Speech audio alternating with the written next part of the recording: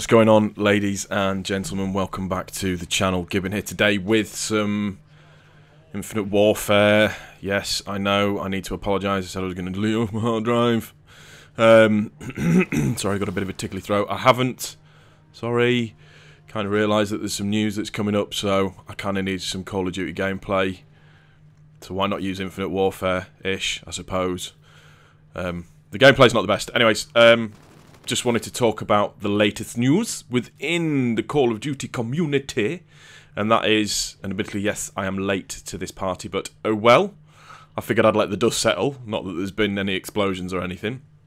But multiple sources are confirming. So you've got Trusted Reviews, you've got The Express, you've got Den of Geek, you've got Eurogamer, you've got IGN, you've got Charlie Intel, are all saying the same thing, that this year's Call of Duty will be titled Call of Duty World War 2.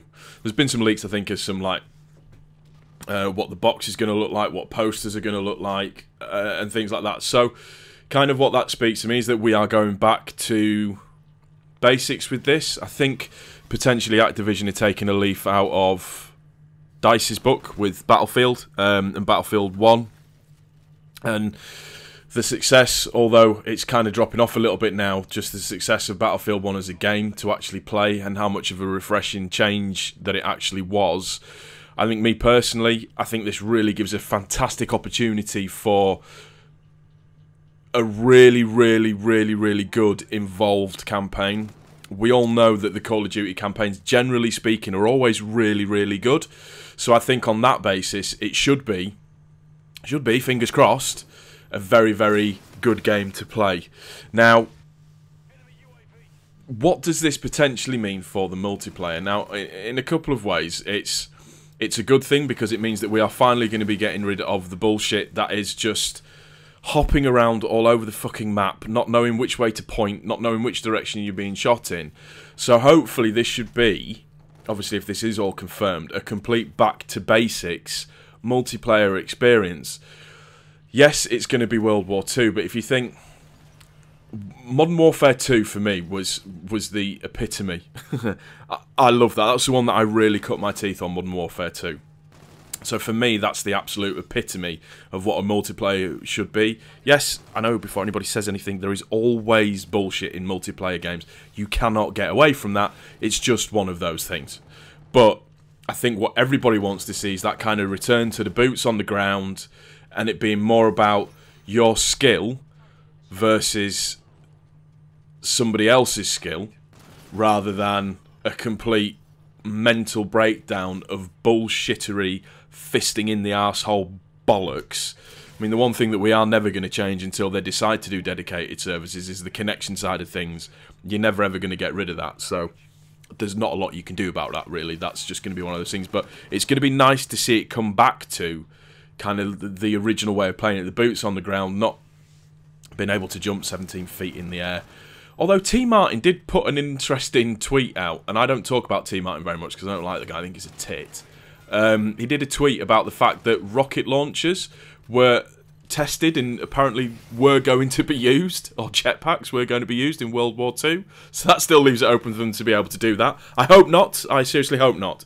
But it also makes me think about, well, how are the perks going to work in the actual game itself? So, all of these standard type of perks, how is that going to work on a World War II shooter? Are we still going to have things like Dead Silence? Are we still going to have things like Ghost? Are we going to have... Just, it's interesting for me to see how those types of perks are going to work. And then the score streak side of things. So, what type of score streaks would they use? How would they implement score streaks into a World War II shooter? Because obviously you need to keep it of the time. It can't be something futuristic. So it'll be interesting to see how that works out. But then on the flip side of that as well, it then got me thinking about how is the competitive scene going to function with a World War II shooter as the primary game for their competitive season? Because obviously the competitive season, I mean, realistically, didn't really explode very much until kind of Black Ops 1, I think, was probably when I first started to really take notice of it a little bit more. So there were things in place there that you could use that were not futuristic, but were helpful towards the players. And it's just interesting to see how that will actually come to fruition, if indeed the game is a World War II shooter, just to see how that comes to fruition in terms of how the competitive scene will play out as well, and just to see whether or not the COD Pro players actually like that. So it'll be, like I said, it'll be interesting to see how it comes out. I'm happy that this is potentially what the new COD is going to be. I think it's needed. I think it has to happen. But there is just this one feeling that I have in the background where I can't help thinking to myself that we are going to get fucked over royally by Activision. Don't get me wrong, there will be supply drops, there will be crypto key, there will be all sorts of bullshit, microtransactions to go with the game. There will be that, because it's part and parcel of every game now, because they need to maximise the profits of every game that they do. But it's going to be interesting to see how a World War II shooter plays out in the modern day environment.